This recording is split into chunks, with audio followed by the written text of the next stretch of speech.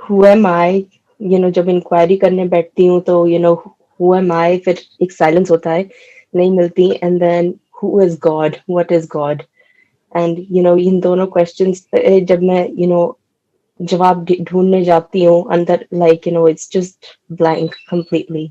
देखिए, पहले तो ये समझिए, ये कोई ऐसा क्वेश्चन नहीं है कि आपने पूछ लिया कि हु एम आई या व्हाट इज गॉड, और ये आंसर एकदम से ही इंस्टेंटली एकदम से निकल करके आ जाएगा, जैसे कि नॉर्मली होता है दुनिया में। हमारे माइंड में कोई क्वेश्चन आता है, हम जा करके गूगल करते हैं और 1 मिनट में आंसर हमारे सामने होता है। ये आंसर ना तो आपको गूगल से मिलेगा, ना ये आपको किसी बुक से मिलेगा, ना कहीं और से मिलेगा। इस क्वेश्चन के दोनों ही, ये जो आपके क्वेश्चंस है, इसके जो आंसर्स आपको मिलेंगे वो मिलेंगे साइलेंस में। क्योंकि वो साइलेंस जिसको आप समझ रहे हैं कि मैंने अपने आप से क्वेश्चन पूछा हु एम आई, उसके बाद में एक साइलेंस था। अब वो साइलेंस क्या है? Basically that is absence of thought. उस वक्त माइंड में कोई थॉट नहीं होता है, यानी कि कोई आंसर नहीं निकल करके आ रहा है, क्योंकि जो भी आंसर आएगा वो मेमोरी से आएगा। तो अगर मेमोरी से ही निकल करके आना था ये आंसर, तो फिर उसका फायदा क्या है? वो तो आपको पता ही है, फिर इस क्वेश्चन को पूछने का ही क्या बेनिफिट है?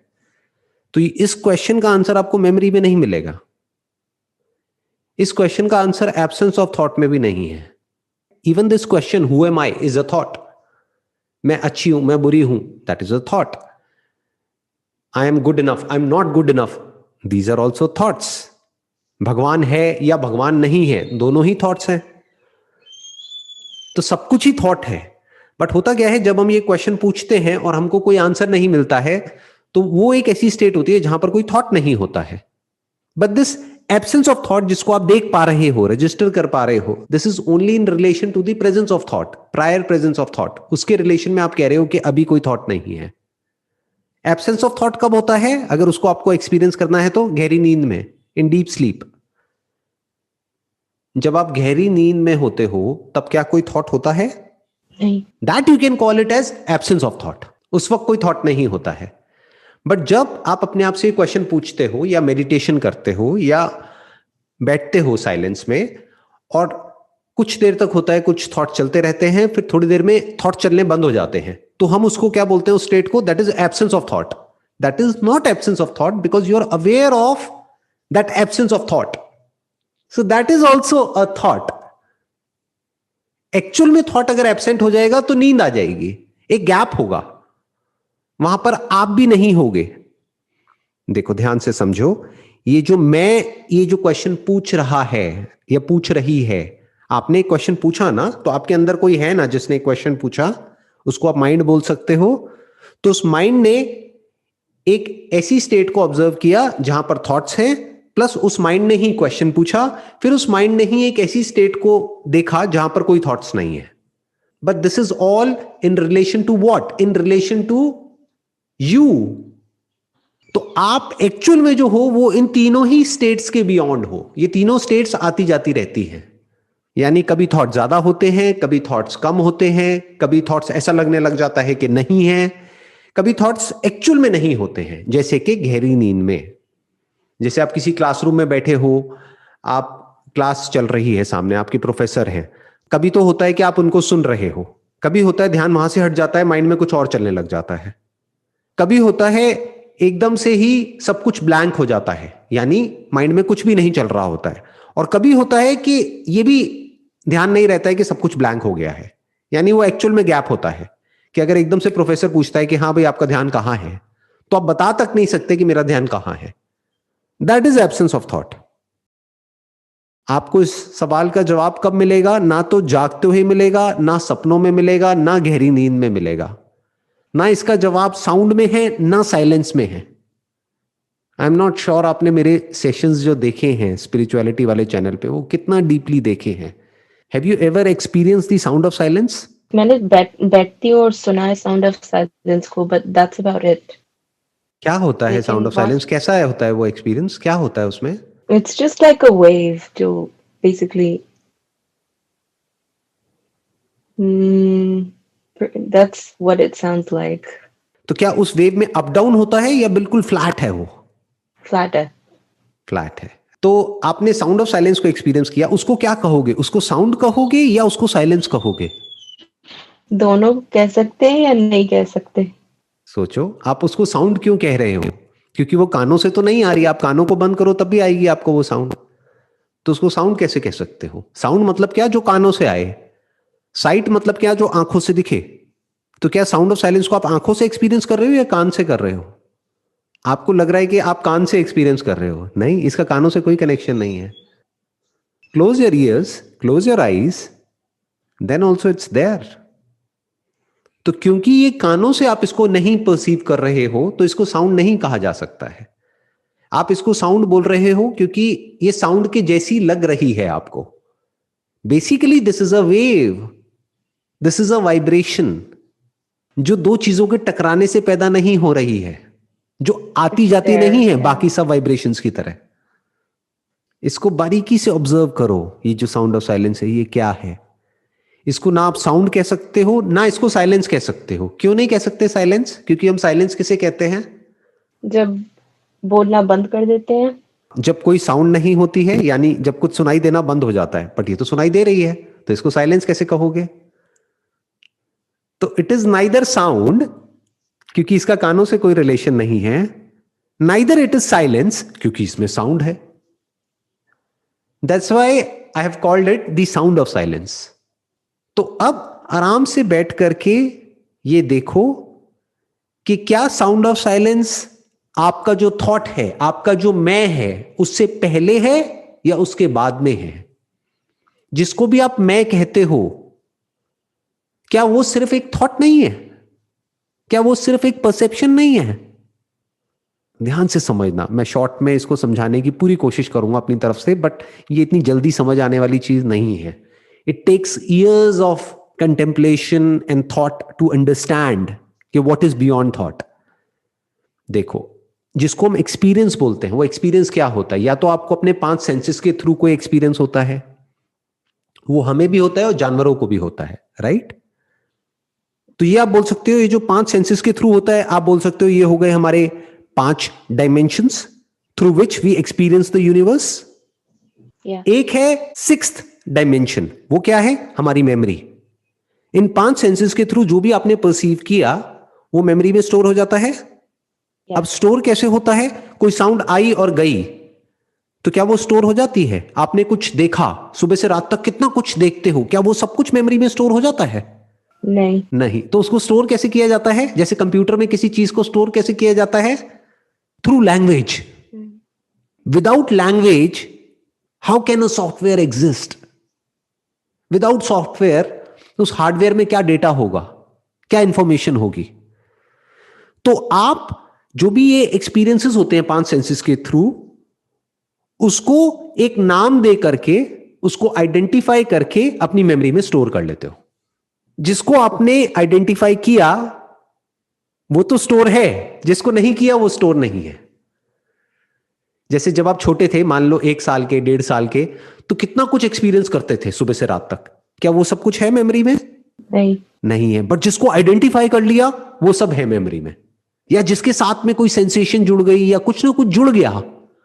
तो basically we store in the memory through a relationship, experience with the name of that experience और एक्सपीरियंस विद अ सेंसेशन। जैसे जानवर कैसे स्टोर करते हैं? साइन लैंग्वेज में।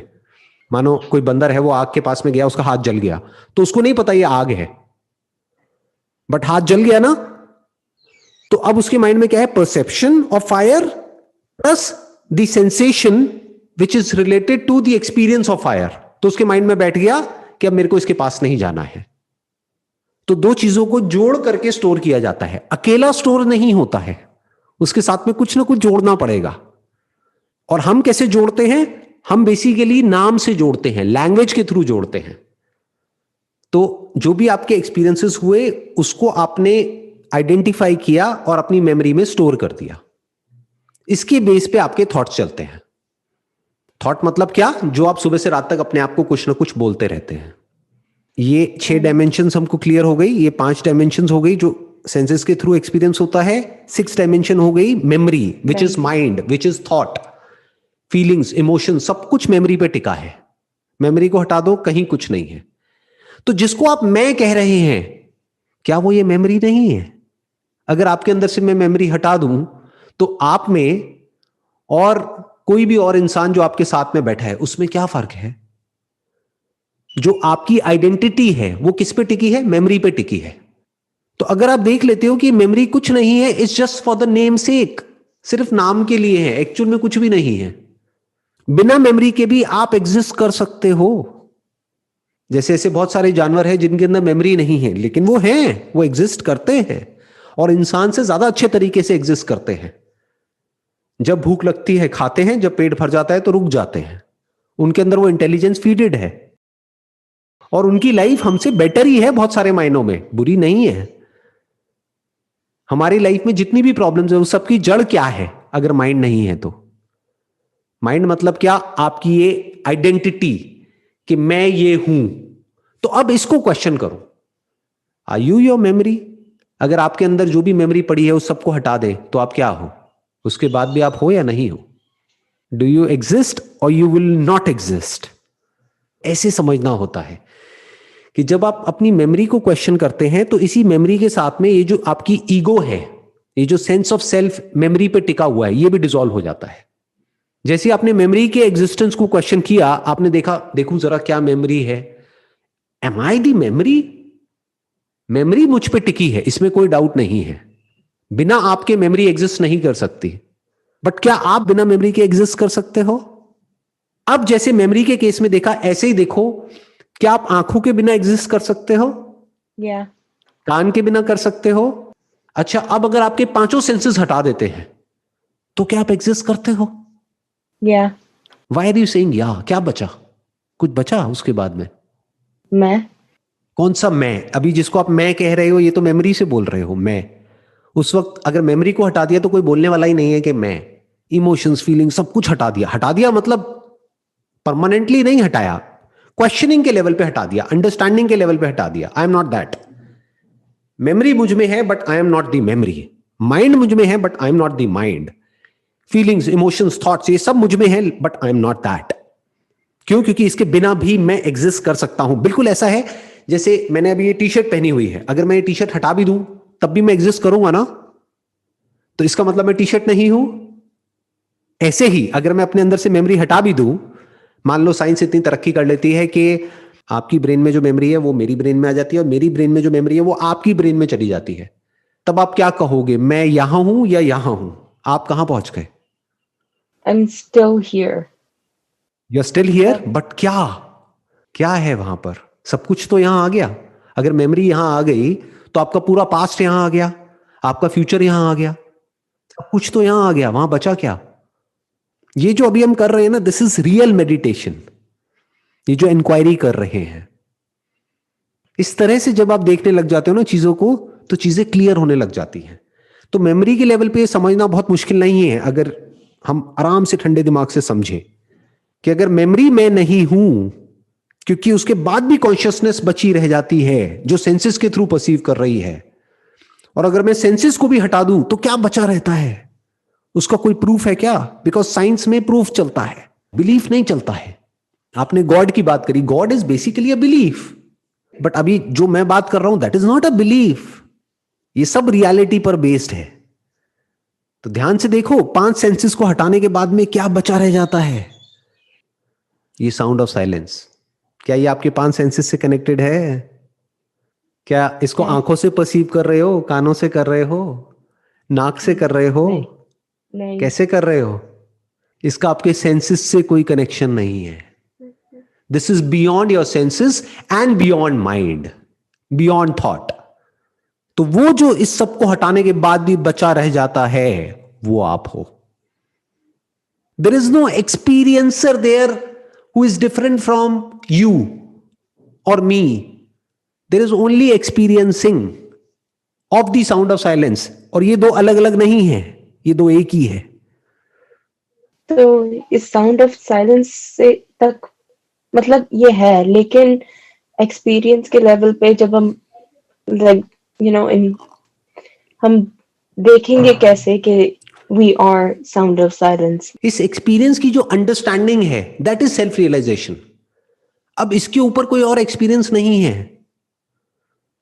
साउंड ऑफ साइलेंस के ऊपर कोई एक्सपीरियंस नहीं है। दुनिया की सारी मेडिटेशंस यहां तक पहुंचने के लिए है।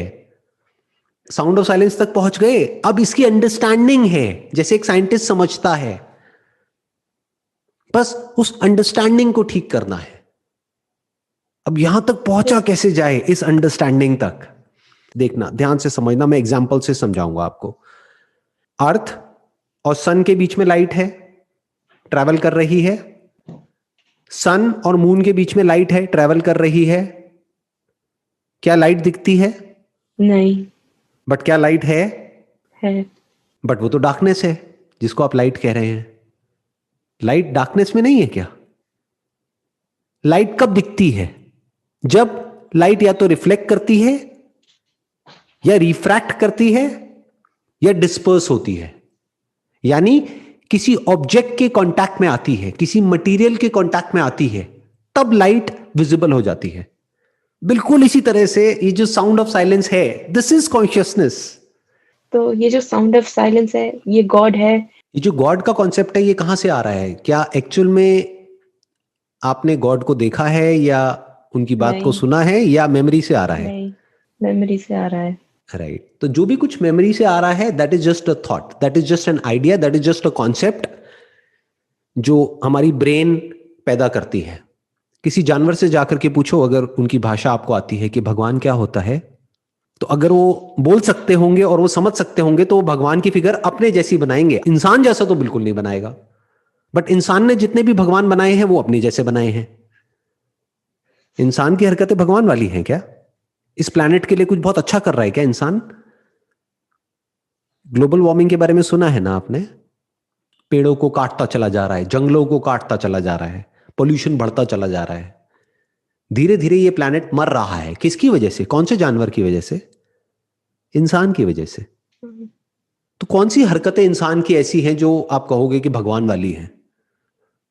तो भगवान का मतलब क्या, ये पूछो अपने आप से। ये नहीं कि भगवान कहां है, भगवान कैसा है, ये पूछो भगवान मतलब क्या। भगवान मतलब, जैसे बोलते नहीं है धनवान। धनवान मतलब कौन? जिसके पास में पैसा है, जो पैसे का मालिक है। तो भगवान मतलब क्या? भग मतलब ये पूरा जो भी कुछ है, धरती जल अग्नि वायु आकाश, जिसका ये सब कुछ है, जिसमें ये सब कुछ है, वो भगवान है। वो लॉज जिसके बेस पर ये पूरा यूनिवर्स ऑपरेट कर रहा है, वो भगवान है। तो वो मटेरियल जिसका पूरा यूनिवर्स बना है, क्या आप भी उसी मटेरियल के नहीं बने हो? आप किसी अलग मटेरियल के बने हो क्या? क्या दो अलग अलग मटेरियल है? क्या जो कॉन्शियसनेस आप में है और किसी जानवर में है, या किसी और इंसान में है, फिर वो इंसान चाहे यूएस में हो, इंडिया में हो, यूके में हो, कहीं भी हो, क्या वो कॉन्शियसनेस अलग अलग है? क्या वो अवेयरनेस अलग अलग है, या एक ही है? एक ही है। तो वो जो कॉन्शियसनेस है वो ही भगवान है। अब समझना सिर्फ इतना सा है कि कॉन्शियसनेस क्या है। Is it a material phenomena, और it's the sound of silence which is not a material? Is it a particle और अ वेव? क्वांटम मैकेनिक्स को, क्वांटम फिजिक्स को अगर आप स्टडी करोगे, तो ये पार्टिकल और वेव वाला जो फिनोमिना है, इसको बारीकी से अगर आप समझोगे, तो आपको समझ आएगा कि जिसको भी हम मटीरियल बोलते हैं, मैटर बोलते हैं, that is nothing but a wave in the absence of an observer. But that observer is not a living being. That could even be a camera. The proof is कि जरूरी नहीं है इस universe के exist करने के लिए किसी एक कॉन्शियस ऑब्जर्वर का वहां पर होना जरूरी है। आप एक कैमरा प्लेस कर दो तो जो भी कुछ हो रहा होगा वो रिकॉर्डिंग हो गई। इसका मतलब क्या है कि जैसा बहुत सारे साइंटिस्ट सोचते हैं, या बहुत सारे सो कॉल्ड स्पिरिचुअल लोग सोचते हैं कि इस यूनिवर्स को एग्जिस्ट करने के लिए एक कॉन्शियस बीइंग का होना जरूरी है, ये सच नहीं है, ये झूठ है। क्यों? क्योंकि अगर आप एक कैमरा भी प्लेस कर देते हो विच इज नॉट कॉन्शियस, तो आप रिकॉर्ड कर सकते हो वहां पर जो वीडियो है और जो ऑडियो है। तो दैट मीन्स कि इस यूनिवर्स को एग्जिस्ट करने के लिए एक इंस्ट्रूमेंट चाहिए जो खुद एक मटेरियल है। तो ये मटेरियल यूनिवर्स किस में एग्जिस्ट करता है? एक मटेरियल में। तो consciousness is neither the instrument through which you are recording, neither it is what is visible in the instrument. But अगर बारीकी से आप ऑब्जर्व करते चले जाते हो, तो आप देखते हो कि ये जो पूरा यूनिवर्स है, ये जो फिनोमेना आपको दिख रहा है, वो सेंसेस के थ्रू वैसा दिख रहा है। बट अब तो साइंस ने इतनी तरक्की कर ली है कि अगर उसी को हम सेंसेस के थ्रू ना देखें, किसी और मशीन के थ्रू देखें, तो जिसको हम पार्टिकल कह रहे हैं वो तो वेव है। यानी हम दीवार के आर पार देख सकते हैं, बॉडी के आर पार देखते ही है ना, एक्सरे के थ्रू, सीटी स्कैन के थ्रू, एमआरआई के थ्रू कैसे देख लेते हैं? अगर ये मैटर है तो इसके आर पार कैसे देख लेते हैं? It's a wave. तो जब कोई इंस्ट्रूमेंट आता है, ये आंखें एक इंस्ट्रूमेंट के जैसी हो गई, कान इंस्ट्रूमेंट के जैसे हो गए, नाक इंस्ट्रूमेंट के जैसा हो गया, तो जैसे ही कोई इंस्ट्रूमेंट हम प्लेस कर देते हैं तो depending upon the quality of the instrument वो वेव पार्टिकल जैसी लगने लग जाती है। जैसा इंस्ट्रूमेंट प्लेस कर दोगे वैसा ही ये यूनिवर्स दिखने लग जाएगा। इसीलिए कहते हैं वेदों में यथा दृष्टि तथा सृष्टि। दृष्टि मतलब क्या? जिस नजरिए से आप देख रहे हो, जिस इंस्ट्रूमेंट से आप इस यूनिवर्स को देख रहे हो, ये इंस्ट्रूमेंट बिल्कुल वैसा ही है आपके लिए। सोचो एक चींटी के लिए ये यूनिवर्स कैसा है? छोटा। ये छोटा बड़ा तो हम बोल रहे हैं, बट उसके लिए छोटा मतलब क्या और बड़ा मतलब क्या? अगर आप कह रहे हो चींटी के लिए छोटा है, तो क्या हाथी के लिए बड़ा है ये यूनिवर्स? छोटा बड़ा क्या होता है? ये तो हम अपनी मेमोरी से लेबल लगा रहे हैं। उसके लिए तो ये यूनिवर्स अपने आप में कंप्लीट है। मतलब एक चींटी का यूनिवर्स भी अपने आप में कंप्लीट है, और हमारा भी कंप्लीट है, और एक हाथी का भी कंप्लीट है। लेकिन सब इस यूनिवर्स के छोटे छोटे फ्रेगमेंट को देख रहे हैं, पूरे को नहीं देख पा रहे हैं। ऐसा कोई इंस्ट्रूमेंट नहीं है जिसके थ्रू पूरे को देखा जा सके। बट एक तरीका है, आप पूरे मटेरियल फिनोमेना को नहीं देख सकते कभी भी, बट इस मटेरियल फिनोमेना के पीछे जो रियलिटी है, जो अब साइंस भी कह रही है, यानी कि वो वेव जिस पर ये सब कुछ टिका हुआ है, उसको तो देख सकते हैं ना। That is the sound of silence. वही कॉन्शियसनेस है और वही इस मटेरियल फिनोमेना का सच है। वही सत है, वही चित है। सत मतलब क्या? सत्य, जो था, है और रहेगा। जब हम like when we try to go and find ourselves, don't we need a thought for that too? Right, absolutely. ये सब कुछ जो भी हम अभी डिस्कस कर रहे हैं, ये सब थॉट के रेल्म में आ रहा है। तो थॉट से हम समझ रहे हैं थॉट की लिमिटेशन को। थॉट से हम ये समझ रहे हैं कि जिसको हम थिंकर बोल रहे हैं और थॉट बोल रहे हैं, there is no separate thinker other than the thought. There is no separation between the thinker and thought.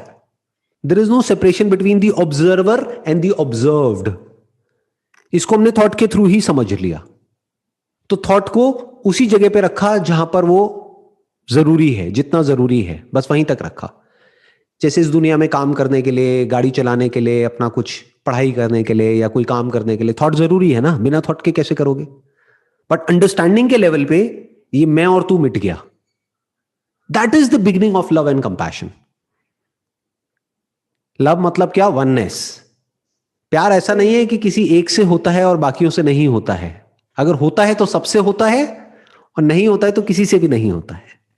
एक और चीज है जो मतलब in me, like this burning desire for absolute freedom. Is this it?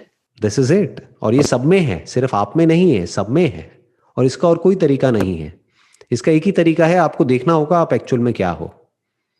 In fact इस जगह तक जब आप पहुंचते हो और एक्चुअल में पहुंच जाते हो eight the level of your understanding, अब ये मत एक्सपेक्ट करना कि आपने मेरे साथ में कॉन्वर्सेशन करी थोड़ी देर के लिए या मेरी वीडियो देखी और आपको सब कुछ समझ आ गया। बहुत डीप में जाना पड़ेगा, एक एक करके समझना पड़ेगा, जो भी स्क्रिप्चर्स हैं उनको देखना पड़ेगा। ये जो बात मैं कह रहा हूं इसको वेरीफाई करना पड़ेगा अलग अलग जगह से। कुछ बुद्धिस्ट टेक्स्ट हैं, कुछ वेदों में कुछ लिखा हुआ है, कुछ यहां पर है, कुछ वहां पर है, कुछ लोग हैं जिन्होंने पास्ट में ऐसी बातें करी है। तो आपको देखना होगा कि जो मैं कह रहा हूं is it just my own stand point या सब कुछ उसी के बारे में बात कर रहे हैं। मतलब पास्ट में जो भी लोग हुए हैं जिन्होंने भी सच को जाना है, क्या वो सब अलग अलग बात कर रहे हैं, सब एक ही बात कर रहे हैं? तो जब आप वहां तक पहुंच जाओगे at the level of your understanding, तो that is absolute freedom. Because if you are the sound of silence, तो अब दुनिया की कौन सी ताकत आपको बांध सकती है? अब देखते चले जाओ साउंड ऑफ साइलेंस कैसी है। तो जैसी साउंड ऑफ साइलेंस है वैसा ही भगवान है और वैसे ही आप हो। There is no separation between atma and paramatma. मतलब क्या? वो ना पैदा होती है ना मरती है। मतलब आप ना पैदा होते हो ना मरते हो। तो मौत का डर निकल गया, मरने का कोई तरीका नहीं है। और जब पैदा ही नहीं होती है तो रीबर्थ का कॉन्सेप्ट कहां है? रीबर्थ के लिए पहले बर्थ तो होना चाहिए ना, फिर आएगा ना concept of rebirth. This is absolute freedom, you are everywhere. इस पूरे यूनिवर्स में ऐसी कोई जगह नहीं है जहां पर आप नहीं हो। ये पूरा यूनिवर्स आप में है, including but not limited to this body जिसके थ्रू अभी आप परसीव कर रहे हो। तो इसको भी नेगेट नहीं करना है, इसकी केयर करनी है, इसका ध्यान रखना है। बट साथ में ही यूनिवर्स में और भी जितने भी लोग हैं, फिर चाहे वो इंसान है चाहे जानवर है, सबके बारे में अच्छा सोचना है। क्यों? क्योंकि वो भी मुझसे अलग नहीं है, मैं उनमें भी हूं और वो मुझ में है। तो अब मैं किससे कॉम्पीट करूं, किससे लड़ूं, किससे नफरत करूं और क्यों करूं? दुखी होने की अब क्या वजह है आपके पास में, अगर आप साउंड ऑफ साइलेंस हो तो? सर मेरा एक और क्वेश्चन है कि वी नो दैट कि हम ही कॉन्शियसनेस है, सब कुछ हम में ही है। तो हम कुछ करेंगे ही क्यों? And when I only need enough to survive, then why should I even go and do anything once like the highest purpose of this human body has been achieved? फिर आप जो भी कुछ करोगे ना, वो सिर्फ अपने लिए नहीं करोगे, बस इतना सा फर्क आ जाता है। अभी आप जो भी कुछ कर रहे हो वो अपने लिए कर रहे हो, तो आपके सारे दुखों की जड़ कौन है? आप खुद ही हो। आपके जितने भी डर है उसकी जड़ क्या है? आपके जितने डिजायर्स हैं। जिस चीज से रिलेटेड हमारे अंदर डिजायर नहीं होता, उससे रिलेटेड डर भी नहीं होता। अगर किसी में जीने की चाह नहीं है तो उसमें मरने का डर कैसे हो सकता है? जीने की चाह नहीं है मतलब ये नहीं कि होपलेस हो गए। होपलेसनेस का मतलब क्या है? कि मुझे ये नहीं मिला इसलिए मुझ में जीने की चाह नहीं है, मुझे वो दे दो तो मेरे में चाह है। मैं वो नहीं कह रहा, मैं कह रहा हूं सब कुछ है आपके पास में, लेकिन जीने का लालच नहीं है। क्यों? क्योंकि जिंदगी और मौत में कोई फर्क नहीं है। जब आना होगा आएगा, जब नहीं आना होगा नहीं आएगा। तो अब आप काम क्यों करोगे, कुछ भी क्यों करोगे? जो भी करोगे वो सिर्फ अपने लिए नहीं करोगे, वो सबके लिए करोगे। वो करोगे जिसमें सबका भला है। अब आपकी विजन में सब इंक्लूड हो गए। नहीं तो आपकी विजन कहां तक होती है? मैं, मेरी फैमिली और मेरे फ्रेंड्स, मेरी जॉब या मेरा बिजनेस, मेरे एम्प्लॉइज या मेरा एम्प्लॉयर, मेरा बॉस, बस यहीं तक होती है। इन सबका सेंटर पॉइंट क्या है? मैं। अब आप कैसे बन गए? Now you are like a centre which is everywhere but circumference nowhere. मैं यहां भी हूं, वहां भी हूं, हर जगह हूं इस पूरे यूनिवर्स में। तो अब सवाल उठता है मैं कुछ करूंगा क्यों? इसलिए नहीं कि मुझे कुछ पाना है, क्योंकि अब पाने को क्या रह गया? पाना तो सिर्फ इस बॉडी के स्टैंड पॉइंट से है ना। तो इस बॉडी को क्या पाना है? खाना खाना है, एक रहने के लिए घर चाहिए, पहनने के लिए कपड़े चाहिए, बस खत्म। तो जब वो नीड्स पूरी हो जाएंगी तो मैं पागलों की तरह उसके पीछे नहीं भागता रहूंगा। यानी अब लालच मेरे ऊपर हावी नहीं हो सकता। अब आप काम करोगे लेकिन लालच के लिए नहीं करोगे, या तो इस इंस्ट्रूमेंट की नीड को पूरा करने के लिए करोगे, इस इंस्ट्रूमेंट के साथ में जो लोग जुड़े हुए हैं उनकी नीड्स को पूरा करने के लिए काम करोगे। सिर्फ अपने बारे में नहीं सोचोगे, सबके बारे में सोचोगे। प्लस जब इसकी नीड्स को आप पूरा कर लोगे, यानी कि अपनी नीड्स को आप पूरा कर लोगे, तब अगर एक्चुअल में आप सच को देख रहे हो तो अब आप इस पूरे यूनिवर्स के लिए हो, सिर्फ अपने लिए नहीं हो। आपने अपने एक सेशन में बोला था कि जो स्पिरिचुअलिटी का एसेंस है, चीजों को एज इट इज देखना, उन्हें समझना और फिर एक्ट करना। तो चीजों को एज इट इज कैसे देखें? जैसे अभी देख रहे हैं एज इट इज।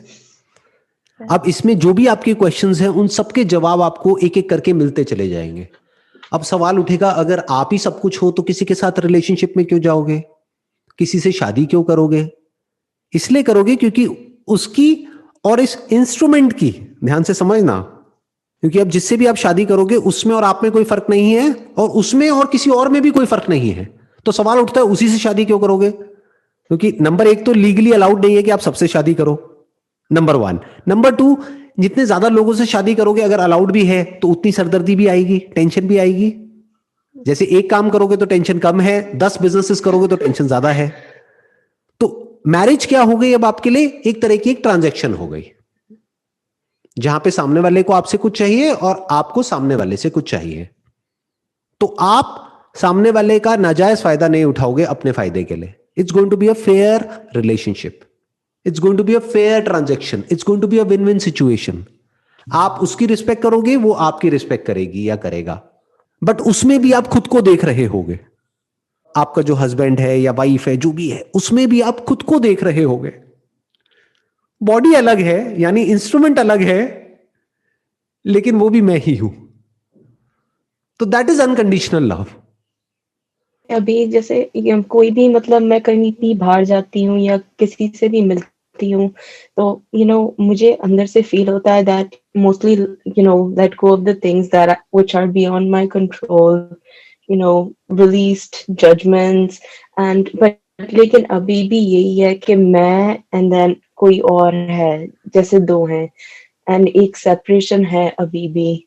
देखो ध्यान से समझना, एक है eight the level of your thinking and feelings and emotions, ये एक अलग लेवल है. एक है eight the level of your understanding. Thought क्या हो गया, एक तरीके का एक एक्शन हो गया. एक्शन उसी के अकॉर्डिंग होगा जो कि इस इंस्ट्रूमेंट के स्टैंड पॉइंट से होना चाहिए. फॉर एग्जाम्पल, ये नहीं कि आप किसी पार्क में आपने देखा किसी सांप को और वो पॉइजनस है और आप जाकर के उसको प्यार कर रहे हो, अरे ये भी मैं ही हूं, तो वो काट लेगा, आप मर जाओगे, राइट. और बहुत सारे लोग भी सांप के जैसे होते हैं. तो आप उन लोगों को समझोगे, उनसे नफरत नहीं करोगे, बस उनसे डिस्टेंस मेंटेन कर लोगे. उनके साथ रिलेशनशिप में नहीं जाओगे, क्योंकि वो रिलेशनशिप टॉक्सिक होगी. किसके लिए टॉक्सिक होगी? उसके लिए भी और आपके लिए भी. मैं मतलब क्या, यहां पर किस स्टैंड पॉइंट से मैं की बात कर रहा हूं, ये instrument. But at the level of consciousness कोई फर्क नहीं पड़ता. कोई आ रहा है, जा रहा है, कोई मर रहा है, पैदा हो रहा है, कोई जुड़ रहा है, कोई अलग हो रहा है, किसी की शादी हो गई, किसी का डिवोर्स हो गया, क्या फर्क पड़ता है? There is absolutely no difference at the level of consciousness. तो at the level of understanding you are always stable. That is like unshakeable ground.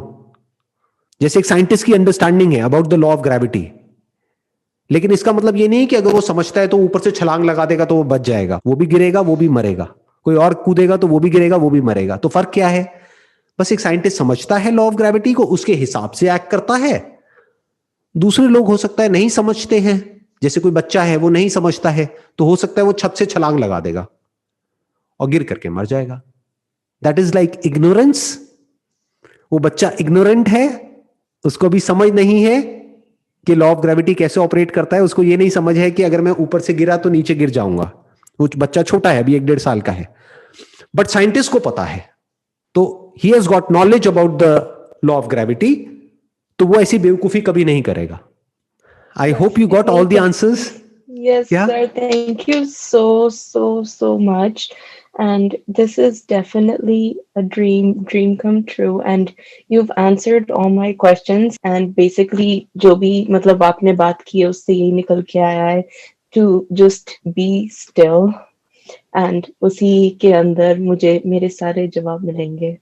And you are that stillness. ये हमेशा याद रखना. You are that. ये महावाक्य है उपनिषद का, यानी तत्त्वमसि. You are that. You are that जिसमें सब कुछ है. तो अब क्या डरना है? अब किस चीज की टेंशन है? स्ट्रेस कहां है? कुछ नहीं है. Absolute freedom. आपको एब्सोल्यूट फ्रीडम को अटेन नहीं करना है. The very nature of yours is absolute freedom. You are absolutely free. You are beyond time, beyond space. Nothing can touch you. Everything exist in you, but you're not affected by that, whatever it is. कुछ भी होता रहे, क्या फर्क पड़ता है? इस मंत्र को पकड़ के रखो पूरी लाइफ. क्या फर्क पड़ता है? कोई आ गया, क्या फर्क पड़ता है? कोई चला गया, क्या फर्क पड़ता है? मस्त रहो.